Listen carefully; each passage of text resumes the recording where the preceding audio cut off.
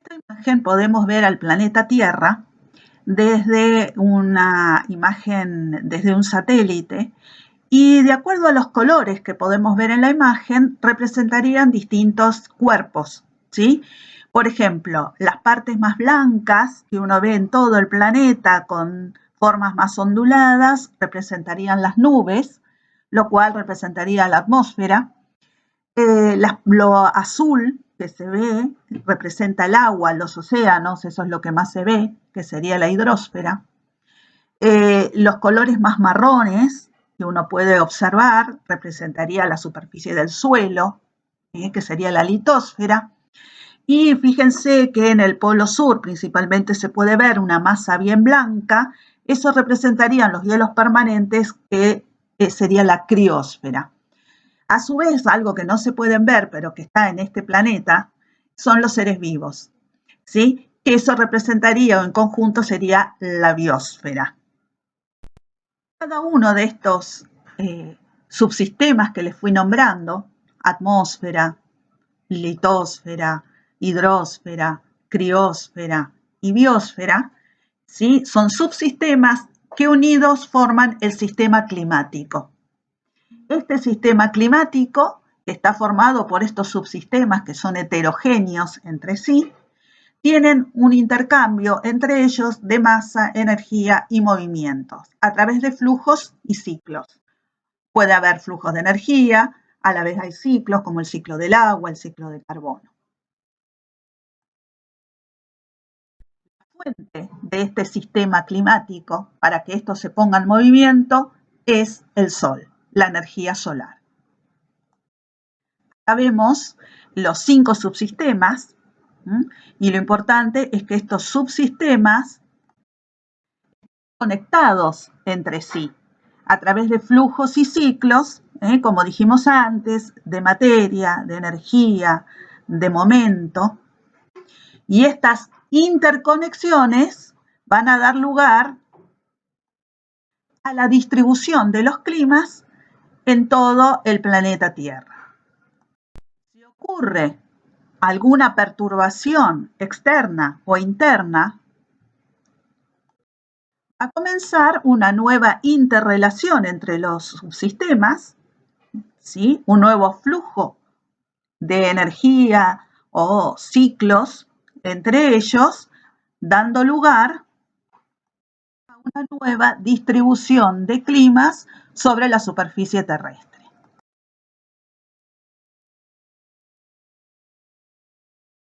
¿Cuáles son esas perturbaciones que pueden ocurrir, internas, externas? Pueden ser deriva de los continentes, cambios en la órbita terrestre, cambios en la radiación solar entrante, el efecto invernadero, ¿sí? Son todos factores que inducen a provocar cambios dentro de este sistema climático. Ahora, ¿cuál es el problema que tenemos? Que son 5 subsistemas heterogéneos y que además, de acuerdo a la constitución que tienen por los material por el que están hechos, tienen un tiempo de respuesta distinto cuando ocurre una perturbación. Acá podemos ver los tiempos de respuesta. El que más rápido o más sensible es a una perturbación es el subsistema atmósfera. En cambio, el subsistema litósfera puede tardar hasta centenares de millones de años, para poder tener una respuesta a una perturbación. Es importante entender que dado que los subsistemas están interconectados, cuando ocurre algún cambio en uno de estos subsistemas, esta perturbación se va a ir propagando hacia los otros subsistemas. A esto se le llama realimentación, retroalimentación o feedback. En el caso en que comience con una perturbación y al final de ese inicio de empezar a ir propagándose a los otros subsistemas y al final se ve que esa perturbación se amplifica, lo que estamos hablando es de una retroalimentación positiva.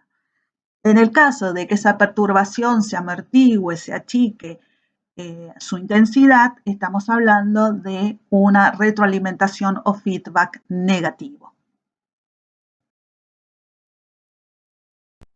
Podemos ver los dos ejemplos, ¿sí?, de una retroalimentación positiva y de una negativa. En el lado izquierdo podemos ver que lo que vamos a tener es un cambio inicial, se puede dar un calentamiento, ¿sí? Ese calentamiento, si uno sigue el ciclo, vamos a ver que incrementa la cantidad de vapor de agua debido al aumento de la temperatura.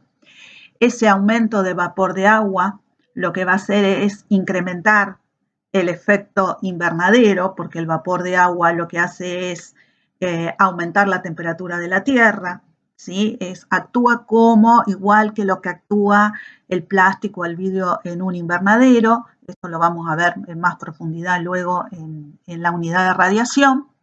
Con lo cual, si tenemos un aumento del efecto invernadero, vamos a tener un aumento de la temperatura, un incremento en el calentamiento. Quiere decir que comenzamos con un calentamiento y damos la vuelta y tenemos aún más calentamiento. Eso es retroalimentación positiva. Si vamos a la figura de la derecha, lo que vemos es que empezamos con un calentamiento, ¿sí? Lo que va a haber es un incremento de evaporación y por lo tanto un aumento en la cubierta de nubes, lo podemos pensar así, ¿sí? Empieza a haber más energía, más evaporación, hay más nubosidad.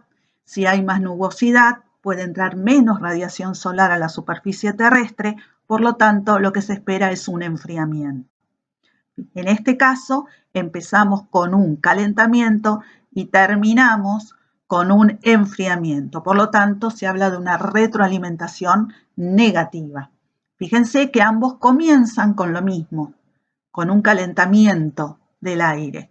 Y sin embargo, ¿sí?, de acuerdo a cómo lo veamos, tenemos o retroalimentación positiva o negativa. Así podemos encontrar varios ejemplos. Dentro de los 5 subsistemas, vamos a hacer hincapié especialmente en uno de ellos, que es la atmósfera. La atmósfera es donde se dan las manifestaciones del tiempo y del clima, es un regulador de temperatura de la Tierra, ¿sí? Y vamos a ver en particular su composición. En esta diapositiva ustedes pueden ver la composición de la atmósfera, dice seca. Si miramos los gases, los primeros círculos, los que están en la parte superior, vemos que el 78% de la atmósfera está formada por nitrógeno y solo alrededor del 21% por oxígeno. Fíjense que prácticamente el total, ¿sí?, ya tenemos 2 gases que la componen. Hay un resto muy pequeño, ¿sí?, de un 0,97% de gases que no están dentro del nitrógeno ni del oxígeno, donde dentro de ese 0,97% la mayor proporción se la lleva el argón. Y luego tenemos también una proporción de dióxido de carbono. Bien, es importante destacar, dentro de los gases que ustedes ven acá redondeados, dióxido de carbono, y luego ahí en el listado, ¿sí?, el óxido nitroso, el ozono y el metano, estos son gases variables.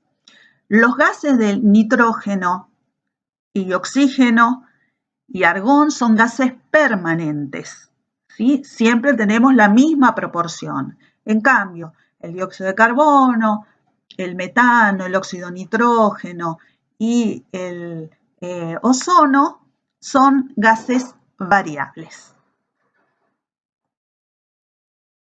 Si a esta composición de la atmósfera le agregamos otro gas que es el vapor de agua, ¿sí?, que también es un gas variable, acá lo dejamos aparte porque como es un gas variable y varía mucho de un lugar a otro, pero es el agua en estado gaseoso, ¿sí? Este es otro de los gases importantes que conforman la composición de la atmósfera. Por último, y no menos importante, porque después vamos a ir viendo cuáles son las funciones de cada uno de estos gases, ¿sí? Son los aerosoles, que son las partículas sólidas, microscópicas, pero que están en el aire. Y son muy importantes porque estas partículas sólidas pueden ser núcleos de condensación para la formación de nubes, que son muy importantes para la precipitación. Dentro de las partículas sólidas, ¿sí? Podemos encontrar el polvo, humo, cenizas, sales, materia orgánica, y algunas son por fuentes naturales y otras tienen que ver con las actividades del hombre. Por un lado, como les dije, tienen que ver y van a ser importantes para los núcleos de condensación, pero también, sí, por otro lado, tienen un efecto negativo en cuanto a la contaminación. Y por último, y no menos importante, dentro también de las partículas, tenemos las partículas líquidas, porque también cuando tenemos las gotitas de agua que están suspendidas en la atmósfera. Lo que vemos acá es la estructura o capas de la atmósfera. Para obtener esta estructura de la atmósfera podemos seguir dos criterios. Uno de los criterios es considerar su composición. Y a partir de este criterio lo que vamos a tener es dos capas.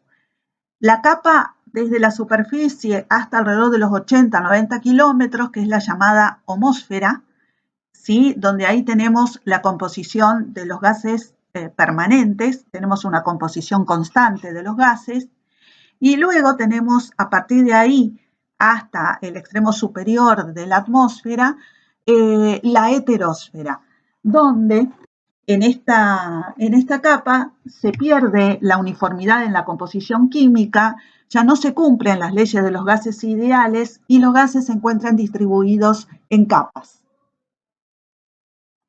Un segundo criterio para dividir las capas de la atmósfera es la variación de la temperatura con la altura. A partir de esto vamos a ver que desde la superficie hasta la capa superior vamos a tener la primera capa, que es la troposfera. Esa capa es donde se dan las condiciones de tiempo, ¿sí? De clima, y puede variar entre 8 y 15 kilómetros, siendo menor en los polos y mayor en los lugares con mayor temperatura, como por ejemplo en el Ecuador. En este sector la temperatura disminuye con la altura.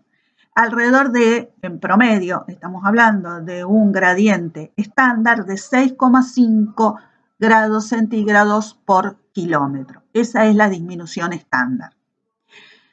El punto al que se llega, ¿sí? A partir de cuando termina esta capa de la troposfera, pasamos a una capa que se llama tropopausa. En esa capa, ¿sí? Mucho más pequeña, es una capa de transición para pasar a la otra capa donde la temperatura es aproximadamente constante. La segunda capa que sigue es la estratosfera. Esta capa va desde la tropopausa hasta aproximadamente los 50 kilómetros. En esta capa aumenta la temperatura con la altura. Se atribuye este aumento de la temperatura con la altura a la presencia del gas ozono, ¿sí? Que absorbe las radiaciones ultravioletas, por lo tanto, dentro de esta capa aumenta la temperatura con la altura. Luego encontramos la capa, nuevamente una capa isotérmica, arriba de la estratosfera, que es la estratopausa. A partir de ese límite superior de la estratopausa, ¿sí? Vamos a encontrar la mesósfera. La mesósfera se extiende entre los 50 y los 80 kilómetros. Y la temperatura disminuye, ¿sí? Alcanzándose las temperaturas más bajas de la atmósfera. Y su límite superior, nuevamente, vuelve a ser una capa isotérmica, que es la mesopausa.